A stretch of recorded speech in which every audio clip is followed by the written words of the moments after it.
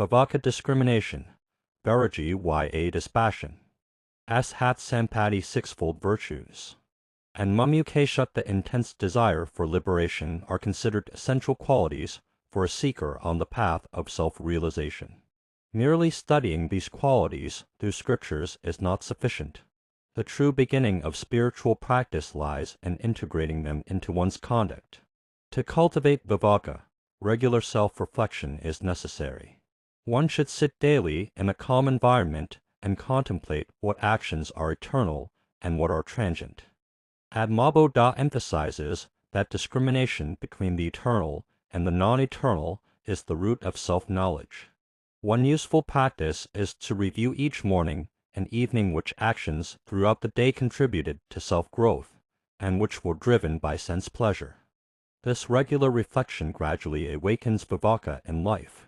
Additionally, regular study of scriptures, especially the Upanishads, Bhagavad Gita, and Advaita Vedanta helps stabilize the mind and sharpen discrimination. Viraji ya is not about escaping the world, but about remaining unattached to it while living in it. It is a mental state that develops gradually through understanding and disciplined practice. To cultivate Viraji ya, one must understand that every object in the world is subject to change and therefore incapable of offering lasting peace. Bhagavad Gita and Vivaka Chudamani throw significant light on this truth. A practical exercise is to pause and reflect whenever a desire for sense enjoyment arises. How long will this pleasure last? And what will be its ultimate result? This practice gradually reduces the mind's attraction toward impermanent things. Another effective way to cultivate Viraji ya is through selfless service. When we act for the welfare of others without any expectation, our attachments and personal desires start to fade, and dispassion becomes firm.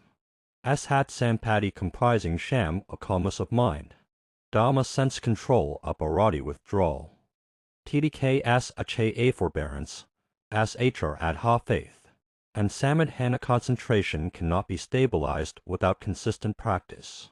Shama and dhamma are cultivated through disciplining the mind and senses.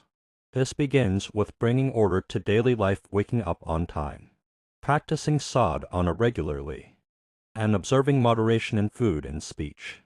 Aparati is practiced when the mind ceases its constant outward seeking. Meditation is especially helpful here. Sitting silently each day and reflecting on the question, "Who am I?" gradually draws the mind inward.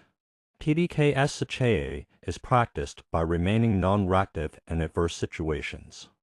When faced with insult, discomfort, or pain, instead of reacting immediately, pause and try to view the situation from the standpoint described in the self-knowledge texts. This strengthens tolerance and mental stability. Shraddha and samadhana develop through continuous study, faith in the teacher's words, and self-examination. Faith is not blind belief, but an inner trust that the path shown by the scriptures and the Guru leads to truth and liberation. To strengthen this faith, we should recall moments in life where following the Guru's or scripture's guide has led to positive transformation. Remembering these instances deepens shr. Samadhana, or mental concentration, arises when we are clear about the goal of life. When the life's purpose shifts from material success to self-realization, the mind becomes focused. To nurture this single-pointedness, one should spend a few minutes each morning remembering the life Sultamatain. Diridrishaya Vivaka and Advaita Vedanta describes samadhana as a steady state of mind attained through meditation and constant self-inquiry.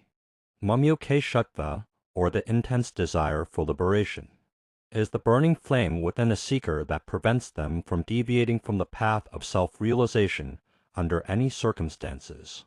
This desire doesn't arise in a single day. It is awakened through the practice of seeing beyond the fleeting pleasures and pains of life. Bhagavad Gita and the Brahma Sutras emphasize that without strong yearning for liberation, the soul cannot be freed from bondage. A practical exercise to awaken this desire is to reflect daily: is my life limited to eating, working, and sleeping?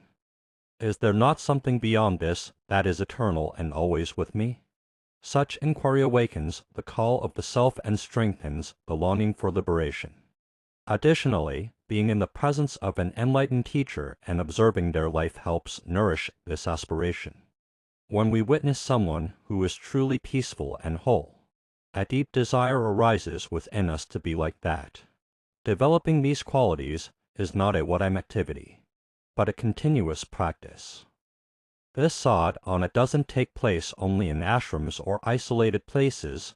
It is tested and refined in every field of life, home, work, and society. Every situation is an opportunity to embody these virtues in action.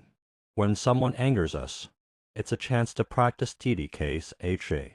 When the mind wanders, we practice Shama and Samadhana. When tempted by objects of enjoyment, we recall Viraji-YA, and when we stray from our life's goal, we reignite Mumukeshava. In this way, every moment of a spiritual aspirant's life becomes a laboratory of inner transformation. The Brahma Sutras and Upanishads affirm that while this path may be difficult, it is certainly possible through persistent practice and dispassion. The seeker should proceed with patience, continuity, and faith, deeply integrating these virtues into daily life while steadily advancing toward the realization of the self.